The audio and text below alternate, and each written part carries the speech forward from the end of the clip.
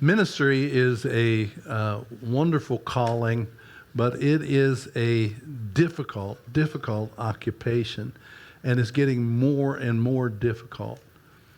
About 10 years after I retired from the local ministry, I was asked to be on a panel discussion at Southern Baptist Seminary, which is in Louisville, Kentucky. And on the panel were two professors from school and me. And in the audience were a couple hundred preachers. The very first question that was asked in the question and answer session was, what should a preacher do if a transgender wants to be baptized? I gulped because I had no idea how to answer that question. And fortunately, these two professors had just done a recent study. One had done a paper on it, and they went on and on for about 10 minutes. Finally, I had to say something. I said, you know what I think? I think I retired just on time. 10 years ago, we didn't have to deal with that. But you guys do. And you face a changing culture and issues that are political and biblical, and you face a congregation that is divided between conservatives and more progressives, and they bring these angry arguments into the church, and you feel like you're walking on tiptoe all the time. And it is tough. You add to that the pandemic that we went through and all the implications that had to the local church, and you've been through some tough times. You are expected to lead in unfamiliar territory and coping with situations I guarantee you were not trained for. So that's why I would say ministry is a wonderful calling, but it is becoming an increasingly difficult occupation. And some of you here may be just holding on by your fingertips, to be honest with you.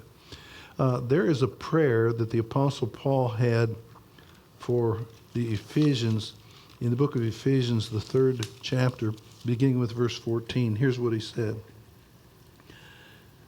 For this reason I kneel before the Father, from whom every family in heaven and on earth derives its name. I pray that out of his glorious riches he may strengthen you with power through his Spirit in your inner being, so that Christ may dwell in your hearts through faith. And I pray that you, being rooted and established in love, may have power, together with all the Lord's holy people, to grasp how wide and long and high and deep is the love of Christ, and to know this love that surpasses knowledge, that you may be filled to the measure of all the fullness of God. Now to him who is able to do immeasurably more than all we ask or imagine, according to his power that is at work in us, to him be glory in the church and in Christ Jesus throughout all generations, forever and ever. That's my prayer for you, that you would be filled to the measure of all the fullness of God, and that God would strengthen you with his power of his Spirit in your inner being. There's an outline before you. Andy Stanley would not like this outline. It's got 3 points. And you're supposed to preach 1 point divided 5 different ways. And to even make it worse, there's an alliteration here. So it's going to organize my thoughts and how I want to express them. So let's hope that it can accomplish its goal. We are facing in the Christian church, I'm not sure what's going on in the a cappella branch of our movement, but we are coming to a crisis of ministry. We are producing fewer and fewer preachers, and on the other hand, more and more preachers are dropping out. You project this 10, 15 years down the road, and there are going to be a lot of places doing video preaching. I am on the board, or was on the board, the advisory board of an organization called the Center for Church Leadership based out of Cincinnati. They were given a $1 million grant by the Eli Lilly Foundation to do a study about why there is such an attrition rate in ministry. And we surveyed Christian churches, Restoration Movement churches. We got 500 responses, which is excellent. We discovered that 70% of people who start out in ministry drop out in the first 10 years. 70% drop out in the first 10 years. That figure is a little bit skewed because it was assumed that everybody who graduated from Bible college with a ministerial degree was going into ministry. Not totally true. But compared to other movements and denominations, that's pretty accurate. 70% drop out in the first 10 years. We also discovered that 43% of pastors who responded stated they had seriously considered leaving the ministry even though they had been there for a while. And something is seriously wrong. Now, some drop out because they really weren't committed in the first place. They were soft. And some crash because of a moral scandal. But I'm convinced that's not the case with most. After analyzing that survey and interacting with hundreds of ministers over the last 18 years, every year I do 8 or 9 retreats for preachers. I limit it to 8 guys so there can be interaction. And so for 3.5 days, we have pretty close contact with these guys. And after analyzing the survey and listening to these guys that I've interacted with, I've condensed the primary reasons for the high attrition rate as follows. And this is in no particular order, but here are the reasons guys get discouraged in ministry, guys and women drop out of ministry. Number 1 is financial stress. Now, ministers in larger churches are paid much better than the average preacher a few decades ago. But in smaller churches, medium-sized congregations, preachers are still barely able to get by and finances are tight. I believe elders need to be trained. The church should be a model employer. The church should set the pace for the world. The church should say to the world, this is the way we treat people we love. This is the way we practice generosity. However, the CCL study revealed 54% of the preachers who responded have no health care, no retirement benefits. Yes. And ministers know when they go into the ministry that it's not a lucrative position, and it's not the most important thing in their lives. But if you live daily with financial stress, that gets old. Wives feel like they have to work, and you're living constantly under that pressure. Number 2 is time pressure. In my opinion, it's going to take you I hope tomorrow to talk in one session about preaching, but I think it's going to take you 12 to 20 hours if you week by week prepare a meaningful message.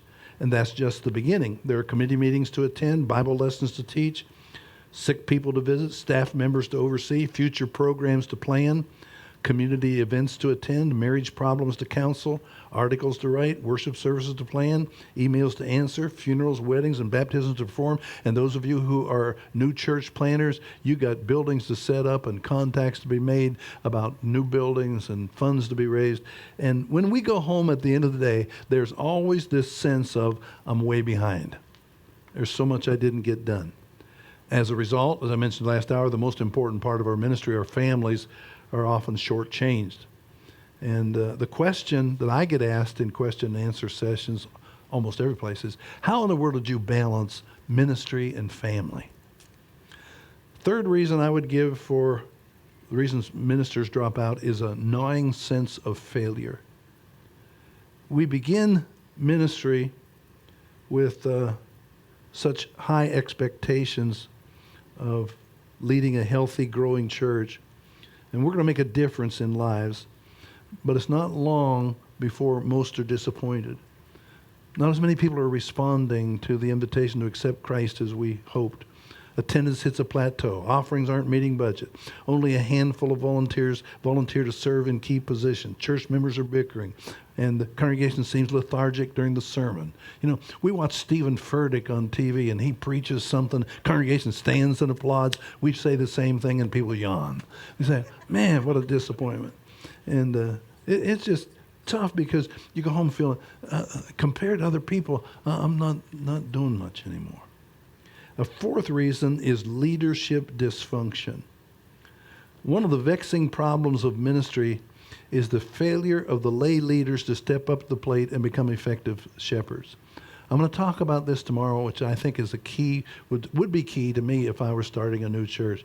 How do we train elders to really be biblical elders? Because in most places, church board members envision themselves not as encouragers, but evaluators.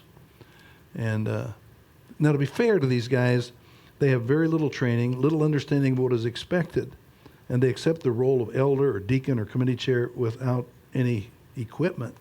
So church board meetings consist of negative criticism, overanalyzing small expenditures, meaningless speculation, and there's very little legitimate vision casting or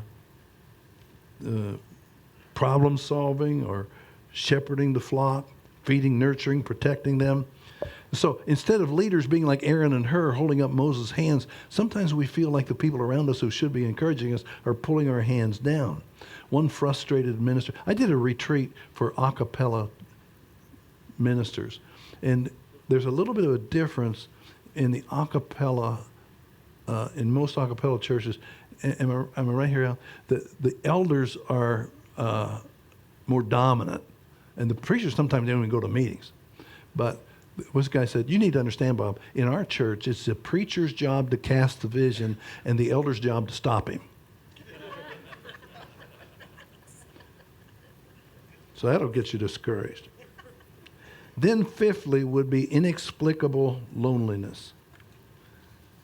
Although a minister is surrounded by people every day, there are very few who really understand the constant pressure of having that term paper due every week, while at the same time striving to be a personal chaplain to scores of people. The ministry is an emotional roller coaster. You guys know that. You've got to be able to shift gears. You go and you rejoice with the family, got a new baby, and then you turn around and you're weeping with somebody who's just lost a loved one. And if you don't learn to be able to shift gears emotionally, it can drag you down. No one but a preacher understands what you're going through. I discovered at times my wife didn't fully understand what I was going through.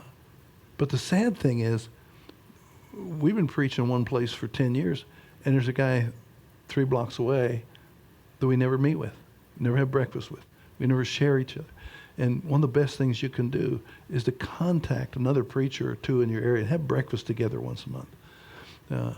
I contacted 2 or 3 guys they're in large churches because nobody understands what that's like. And we had breakfast once a month. And years later, those guys, we didn't do anything but get in there and gripe about how tough ministry was and complain. And then later they said, boy, those meetings were so helpful to me. It's just being with somebody who understood. But ministers will say all the time, I feel disconnected. If I need a mentor, I feel like I'm doing ministry alone.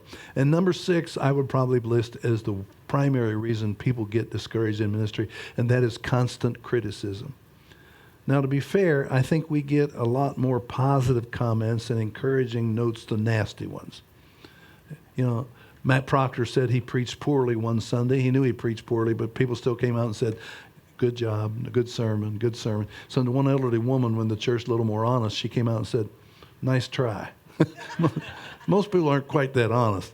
And then but why is it takes 20 encouraging notes for every nasty one that you get? And I think that you probably get more criticism than previous generations.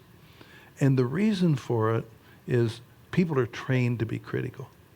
You know, they pick up the newspaper and there's an editorial page criticizing the politician. They turn on the talk show and there's a sports talk show host griping about the football team and the coach. And they go to a job and they got job evaluations. They go to a seminar like this and you got seminar evaluations. And people are just trained to be critical. And they think if they're not critical, they're shallow. Plus, another thing that makes it more common is social media. It used to be if people were upset with you, they'd write a letter and then formalize it. And by the time they formalize it, it'd soften up a little bit and their tempers would calm down. But now they just pound out 3 or 4 sentences on their computer and email and push send, and you got it on your desk in a minute. And and the issues people are so angry today, and they filter over into the church. I have a brother who's in ministry. He's 3 years younger than I. My brother John and I have always competed with each other. Sports, playing wiffle ball in the backyard or shooting horse or whatever. I stayed at my church in Louisville, Kentucky for 40 years. He stayed at his church in northern Kentucky for 40 years and 1 month. Going up beat. But after he retired, my brother John does a lot of interim ministries. He just goes when a church doesn't have a preacher. He may fill in for 3 months, 4 months. He texted me about a year ago now. And Sunday afternoon, I can remember the text. All I said was, God's plan for marriage is one man for one woman for one lifetime. That means cohabitation, adultery, and homosexuality are outside the will of God. An angry family met me at the door, and they said, we're never coming back. It's just that kind of hate speech that caused our son to commit suicide. Why can't you just love everybody? One word. I'm telling you. He said one word. Homosexuality. And boom. Made people angry. I'm telling you guys, that wouldn't have happened 30 years ago. But the culture in which you're preaching today is so volatile that, there's some occupations where you've got to be tough. Expect criticism. Referee,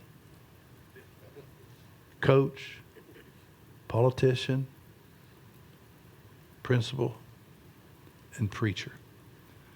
And if you don't accept that as part of your occupation, your calling, you're going to have a tough time. J. Oswald Sanders says you got to move from a thin skin and a hard heart to a soft heart and a tough skin. You got to be tough because it'll come out of left field when you least expect it. Now here's my question. Why, after 50 years of ministry, did my brother text me on Sunday afternoon? This is a live audience, isn't it? What's that? That's one reason. I know what it's like. He could text a lot of people, but he knew I would sympathize with him. And that made me mad too. Why else would he text me? You're not in ministry anymore. That may be part of it. Because you've been preaching for 50 years and criticism hurts. I don't care how long you've been in ministry. People talk a big, maybe there's some guy out there that doesn't bother, but people talk a big game. It still bothers all of us. That's why you need each other. That's why you have to toughen up. And I write a blog every week, and every once in a while, no, not every once in a while, a lot of times, I deal with some pretty controversial issues, and I get some of the nastiest notes from Christian people. They can't disagree without being disagreeable. And I'm real tempted to say, I don't need this. I'm not getting paid for this. Why don't I just quit? Because it hurts. But we're not to grow weary in doing well. Okay, the real cause of ministerial discouragement, in my opinion, is not pride, and it's not the weaknesses. I think the real cause is the erosion of the inner man that takes place in ministry, the draining of the Holy Spirit in our life. How many times the Bible talks about the importance of the heart? Out of the abundance of the heart, the mouth speaks. As a man thinks in his heart, so is he. Guard your heart. It is the wellspring of life. This passage in Ephesians that I read said, I pray that out of his glorious riches he may strengthen you with power through his Spirit in your inner being, so that Christ may dwell in your hearts through faith. The reason people drop out of ministry, or the reason that people get real discouraged in ministry, is not the wounded pride so much as or ineffective training or even time pressure. There's just this gradual erosion of the heart, the draining of the spirit that leaves us empty without spiritual energy to continue. I got this email from a guy who had been through one of my retreats early on, and it kind of hits the nail on the head. Here's what he wrote. Bob, I'm really struggling right now with an issue I've heard you speak about several times. I'm feeling stretched way too thin in my ministry, and I'm getting to the point that I'm not doing anything very well. I'm not struggling with any kind of sin or immorality. I'm dealing with feelings of inadequacy and depression. I'm just drained. I'm just drained. And my personal walk with Christ seems nearly non-existent. I'm telling you, this is a sharp guy too. Okay. I need to refocus. As the church has grown, I've become bogged down in administration. I'm horrible at administration. My gifts are preaching and teaching. I feel that's where I need to focus. And then secondly, begin to invest in people's lives. I think this is it. This is what happens. We just give out, and we give out at a place where we're just drained. And it's hard to keep continuing. I've got 2 small Coke cans right here. I could set these before you, and I'm telling you in advance, one of these cans is empty and one is filled. And you can't tell by looking at it that the contents are drained. This is us standing before people. They think we're filled with the Holy Spirit every week, and sometimes we are and sometimes we ain't. Okay? Somebody said the preacher ought to be like a full cup. He just splashes over on people as he passes by. You know, a lot of times you're about a third full, and you're dipping way over to try to be a blessing on anybody. People's perception of who you are and who you really are inside are 2 different things. Every preacher goes through that difference. I read Charlie Chaplin. Remember the silent screen comedian? He was once in Morocco, and he saw in the newspaper that somebody sponsoring a Charlie Chaplin look-alike contest. So he decided to enter it anonymously, and he came in 3rd. People's perception of who you are and who you really are 2 different things. But I can show you very easily which of these 2 cans is full, which is empty. I can squeeze on the outside of this, and I can't make a dent. I can take this in my thumb and forefinger and collapses because nothing inside. Now, when preachers collapse, sometimes an affair, sometimes DUI, sometimes just mental breakdown, I'm out of here. People say that happens suddenly. No. There's this gradual erosion from within. Then when the temptation came on the outside, or the pressure came on the outside more than they could bear, they couldn't stand up. A.W. Tozer said, no man suddenly goes base. I was on the platform with Ted Haggard years ago. Remember Ted Haggard was the Christian Family Foundation, was that it? Had a national ministry. He preached a sermon on the platform that day about the holiness of God. I felt like I had to take my shoes off. I mean, it was just so good. It was 2-3 months later, he's arrested in like in a massage parlor or something. His whole ministry collapsed. Say, well, that happened suddenly. No, I guarantee you there had been this gradual erosion of the inner man. Now, I took a nail a little bit ago and I just punctured a hole in the bottom and drained out the contents of this Coke can. You need to know, by the way, what drains the Spirit from your life. Not the same with all of us, you know. Sin drains the Holy Spirit, and we're all sinners, and the bigger the sin, the faster the drain. That's not the only thing that drains us. Suffering will drain it. You got physical problems and you're hurting, it's going to be draining. And stress will drain it. You got problems with your own child, you got stress in your marriage or in your elders meeting, that's going to drain you. But what we don't understand in ministry, most of us, service drains us. You can say service energizes you, but Jesus said, who touched me? Oh, a lot of people touching you. Well, I felt the power go out from me. Now, if serving other people drained Jesus, how do we expect that we can serve and serve and serve and never be replenished? But what happens in ministry, especially in groups like ours, that is, we're an independent movement and we're content being out here by ourselves, and it comes for a time like this where you're supposed to be replenished. You say, I can't afford to go. I just got too much on my plate. I'm not going to go. And we skip out. And we keep serving and serving, and eventually we're just drained with nothing inside to withstand the pressures that we face. I like the quote by Ken Boa that's in your notes there. I'm not going to read the whole thing, but the last part of it says, people who work and minister without adequate restoration through prayer and meditation do not have the interior resources to manifest the fruit of the Spirit in a stress-filled world. During the quiet times of the devotional life, we gain the perspective and power we need to live with character and composure in the context of daily demands.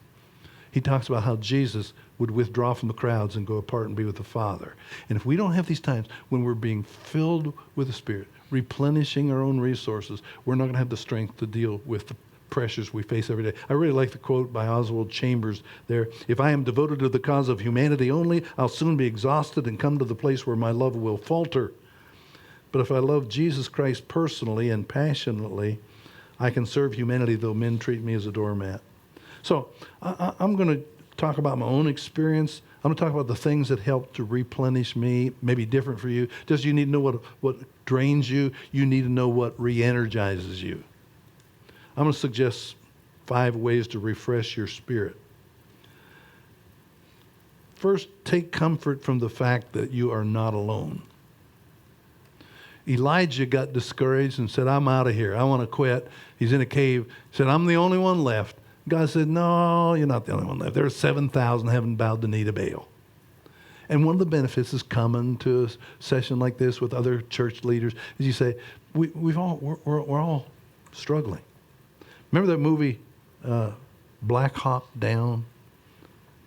The soldiers are traveling through, I think, a Somalian city in a Humvee, and fire, they gets ambushed and bullets coming zinging by from every direction, and they're scrambling, and the lieutenant says to the driver, drive. The guy said, I'm shot. I can't drive. And he said, we're all shot. Drive anyway.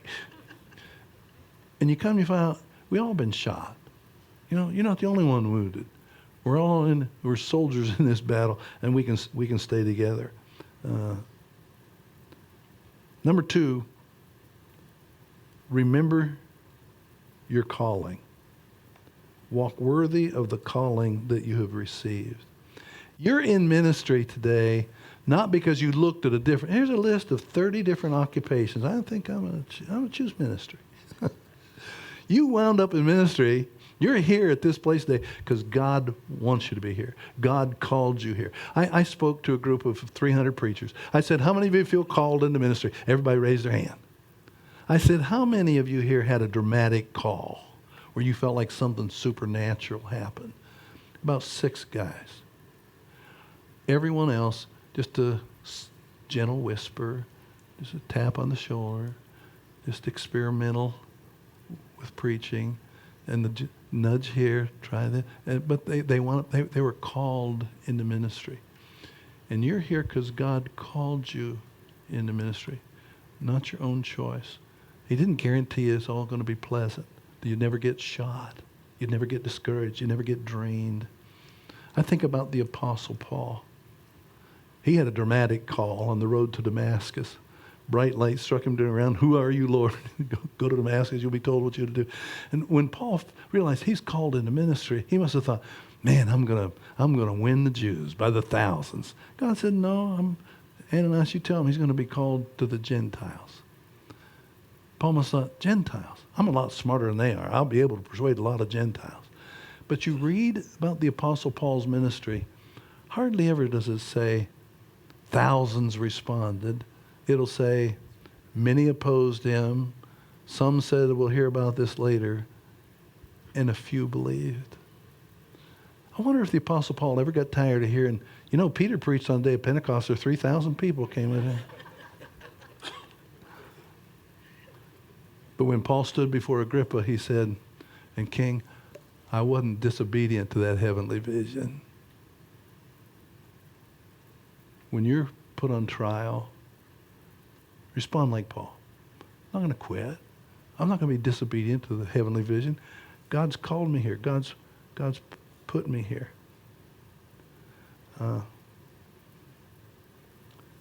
Fourthly, take prolonged breaks and get out from underneath the pressure.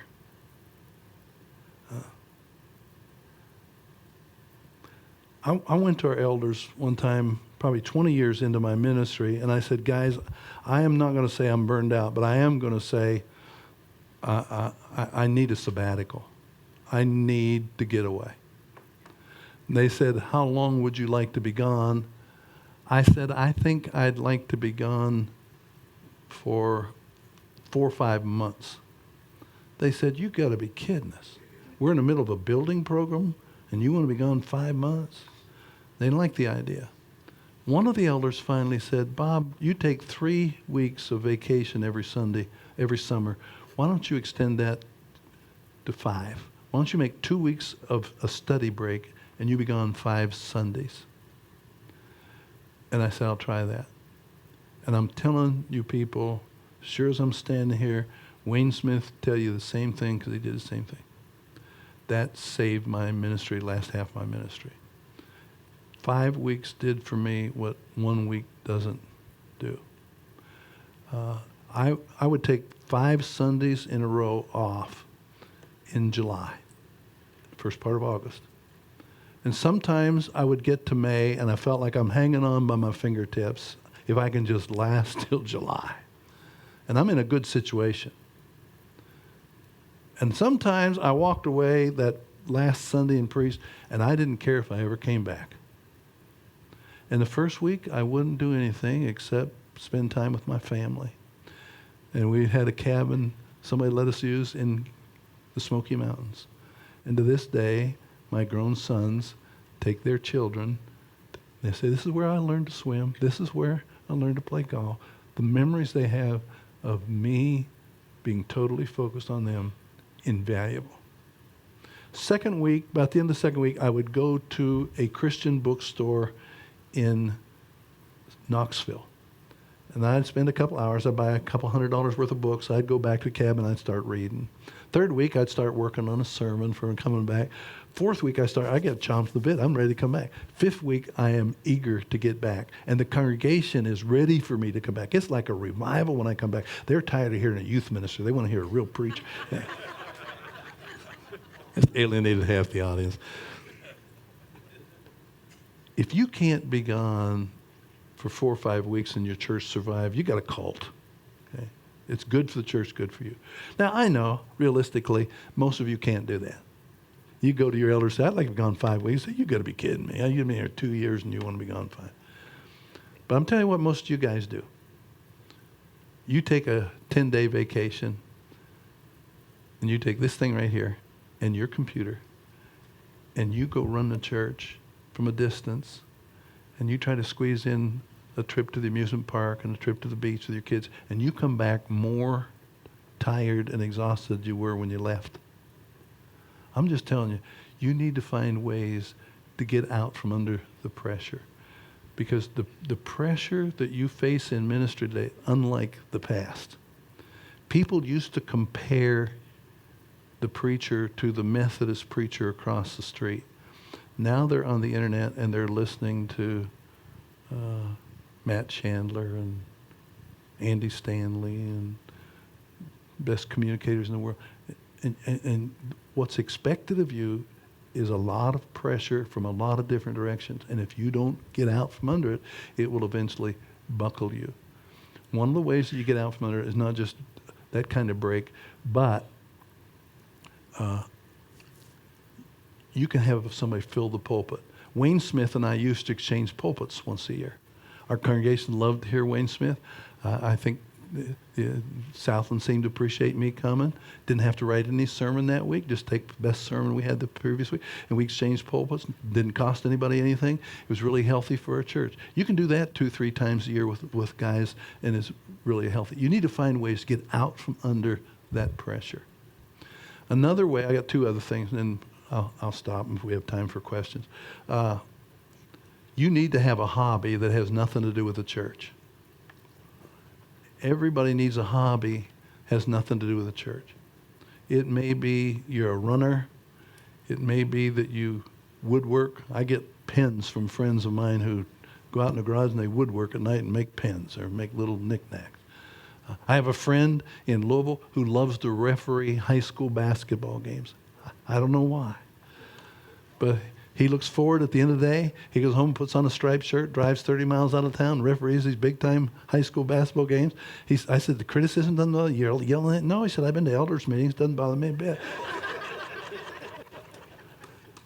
I grew up, there was a period early in my ministry where I loved playing softball. We had a competitive softball team. We'd play in tournaments.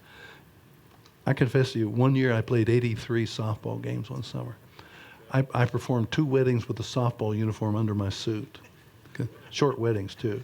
And we got,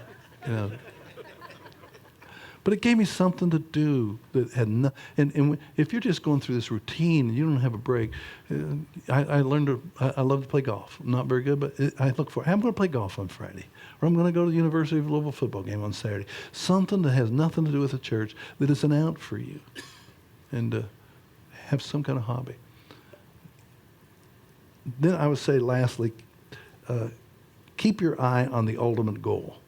Set your affections on the things above, not on earthly things. The reason we get discouraged, because we've got our eyes down here.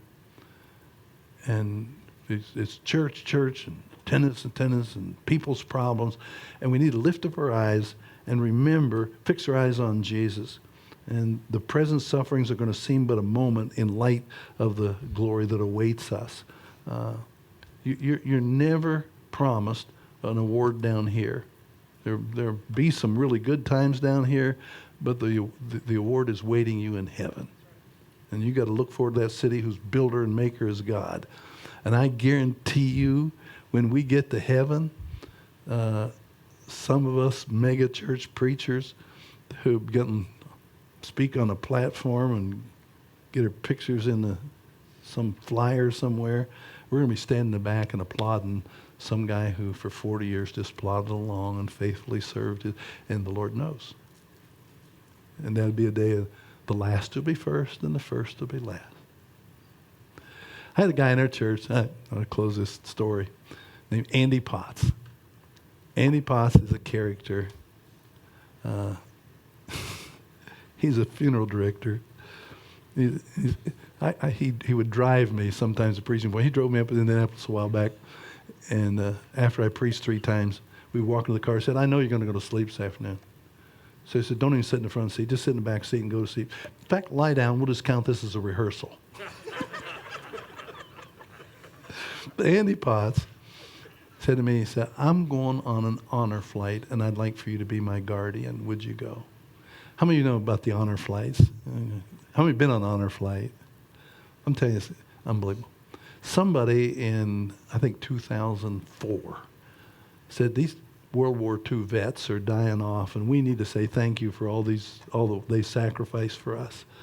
And so they plan these honor flights, and they leave early in the morning, take them to Washington, D.C., show them the World War II memorial and the other memorials, and then fly them back at night. But everybody who goes has to have a guardian, because many of them are disabled, wheelchairs, and they just need somebody constant. Andy, they expanded it to include Korean War vets and Vietnam vets. And so Andy said, I need a guardian. Will you be my guardian? Yeah, I'll be your guardian. Well, we get out to the Louisville airport at 6:30 in the morning, and I'm impressed. They got 20 volunteers from Louisville serving these. Thank you for your service. Can I help you with your breakfast? Here's the card you need to fill out. They're treating these guys like kings, and well should. There was one girl dressed up like Rosie the Riveter. She's coming around talking to these guys, Rosie the Riveter from World War II. And I was impressed that Heather French Henry, who was the former Miss Kentucky and the former Miss America, was a volunteer guardian if anybody didn't have a guardian. And she'd gone like 10 or 12 times because her dad was a wounded vet. She has a heart for veterans. Here's a former, I said to Andy Potts, I said, can you imagine coming out here and you don't have a guardian, you're assigned a former Miss America for 16 hours? He said, if I'd known that, I wouldn't have invited you. We get on the plane, it's draped with American flags. They're playing patriotic music, and we get off at the gate in Washington, D.C., and there's a barbershop quartet singing World War II music, and there's a girls trio with the hats and dressed up like the McGuire sisters and the stockings with a, what do you call it, line in the hose and seam in the hose. They put them on luxury buses and they escort them through Washington, D.C. with a police escort. No have to worry about traffic. They take them to World War II memorial, and then after about an hour, they stop to rest. And these 3 girls, dressed up like the McGuire sisters, start singing to these guys. And they stop. One guy, old guy in a wheelchair, tapped a girl on the shoulder. Do you know such and such a song? And obviously his former wife's love song. She said, I know it. She stood there and sang it to him. I mean, tears coming down this guy's face. It was emotional. They go to the Vietnam Memorial, and they go to the Korean Memorial and the Tomb of the Unknown Soldier. It's a great day, but we come back exhausted, 9:30 at night, but it was a great day. We land in Louisville, and I think it's over. But it wasn't over. The best is yet to be. I'm telling you, when we came through the gate, there were 2,000 people from Louisville lining the hallways, applauding. And these guys are wheeled through this sea of people applauding them. Little kids holding up signs, thank you for your service. People calling out their names, saying thank you. People just patting them on the back. And I thought about heaven. Some of you guys and women are wounded a little bit, understandably. But you're not home yet. The best is yet to be.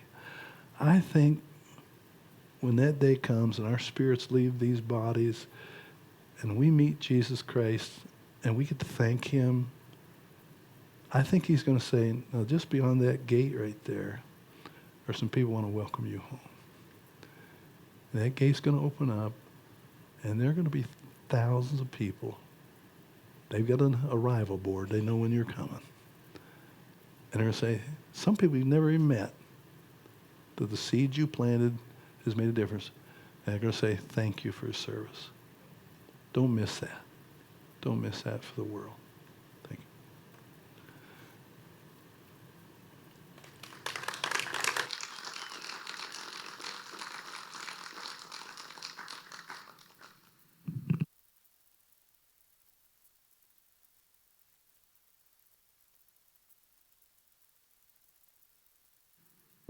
It's on. All right. I'm having trouble with mics today. All right. Yes, there are some people you guys probably wouldn't recognize, and they're not all in the room right now, but you know Patrice McKinney in the back, and Shannon was here. Here she is.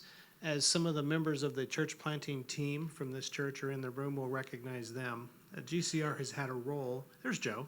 Joe is here too. GCR has had a role in helping all 72 of the church plants we've done in some way or another. They've been an amazing church, helping us get started and helping us do mission, and we thank you for that. And want GCR to understand that, Alan, and so we certainly see that. But GCR is its own church, and it's always in motion too. So we're going to stand up and we're going to take a field trip because they've been doing some work around their building. And I know some of you would like to see their sanctuary and see what they've done. So we're going to take about a 20-minute break, 20, 25 minutes, Bob, and then we'll come back in and kick back in. But we're going to take a quick field trip to go see the facility. So they're already back that way. Alan, would you kind of mind leading us back? Let us see the sanctuary?